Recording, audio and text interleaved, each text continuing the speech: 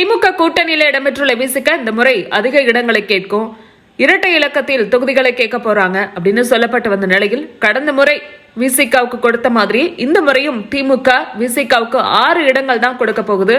அதை விசிகாவும் ஏற்க தயாராயிருக்கு அப்படின்னு சொல்றாங்க. திமுக கொடுக்கக்கூடிய 6 இடங்களை ஏற்கும் விசிக கூடுதல் இடங்களை கேட்டு டிமாண்ட் செய்யலையா அப்படிங்கிற கேள்வி எழுது. அந்த கேள்விக்கான விடைதான் ராஜ்யசபா. கடந்த 2021 சட்டமன்ற தேர்தலில் திமுக 174 இடங்கள்ல போட்டியிட்டது.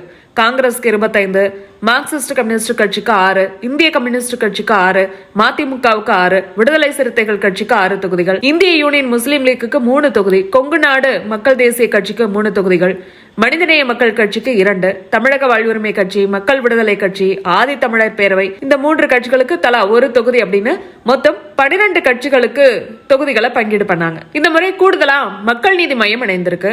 ஓபிஎஸும் திமுகவோட பேச்சுவார்த்தை நடத்திட்டு வராரு. அது போக கடந்த முறை கூட்டணியில இடம்பெற்றுள்ள கட்சிகள் இந்த முறை கூடுதல் இடங்களை எதிர்பார்க்கிறாங்க. விசிகாவை பொறுத்த வரைக்கும் கடந்த முறையே நீண்ட இழுபறிக்கு பிறகுதான் 6 இடங்களுக்கு சம்மதம் தெரிவிச்சாங்க. விசிகா இந்த முறை அதிக இடங்கள் கேட்கும். அந்த கட்சிக்கு ஒரு டிமாண்ட் இருக்கு. விசிகாவை அதிமுகவும் அழைத்தது, விஜயும் அழைத்தார். சொல்ல போனா விஜய் ஆட்சியில பங்கு, அதிகாரத்துல பங்கு அப்படிங்கிற அறிவிப்பை வெளியிட காரணமே விசிகாவுக்கு வலை வீசதான் அப்படிங்கிற விமர்சனங்கள் முன்வைக்கப்பட்டன.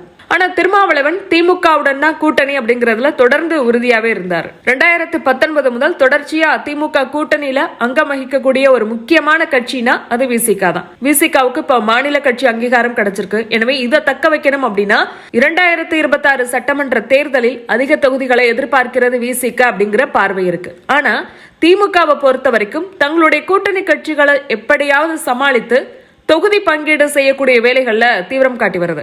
அந்த வகையில இந்த முறை ஒரு ராஜ்யசபா சீட்டை விசிகாவுக்கு கொடுக்க திமுக தலைவர் ஸ்டாலின் முன் வந்திருக்கிறதுனால சட்டமன்ற தேர்தலில் கூடுதல் இடம் கேட்டு விசிக நெருக்கடி தரவில்லை அப்படின்னு சொல்றாங்க. தமிழகத்துல 6 ராஜ்யசபா எம்பிக்களோட பதவிக்காலம் முடிவடையுது. AIADMK MP Thambidurai, TMC G K. வாசன், திமுகவுல திருச்சி சிவா, என்ஆர் இளங்கோ, அந்தியூர் செல்வராஜ், டாக்டர் கனிமொழி இவர்களுடைய பதவிக்காலம் நிறைவு பெறுது. திமுகவில் இருக்கக்கூடிய இந்த 4 இடங்கள்ல 2 இடங்களை கூட்டணிக்கு கொடுக்க இருக்காங்க. அதுல 1 காங்கிரஸ், இன்னொன்னு விசிக. கடந்த 2024 ஆண்டு நாடாளுமன்ற தேர்தலின் போதே கூட்டணி பேச்சுவார்த்தையின் போது ஒரு ராஜ்யசபா சீட்டும் விசிக தரப்புல கேட்டதா சொல்லப்பட்டது. ஆனா அப்போ போட்டி அதிகமா இருந்ததுனால ராஜ்யசபாவுக்கு நோ சொல்லிவிட்டது திமுக. எனவே இந்த முறை திமுகவுக்கு 4 ராஜ்யசபா இடங்கள் இருக்கிறதுனால அதுல 1 தங்களுக்கு வேணும் அப்படிங்கறதா திருமாவோட கோரிக்கை. ராஜ்யசபா இடமும் கொடுத்து சட்டமன்ற தொகுதிகளும் அதிகமா கொடுக்கறது சாத்தியம் இல்ல. ஏன்னா திமுகவுல இடதுசாரிகள், காங்கிரஸ் கூடுதல் இடங்கள் கேட்கிறாங்க. கமல்ஹாசனோட மக்கள் நீதி மையம் இருக்கு.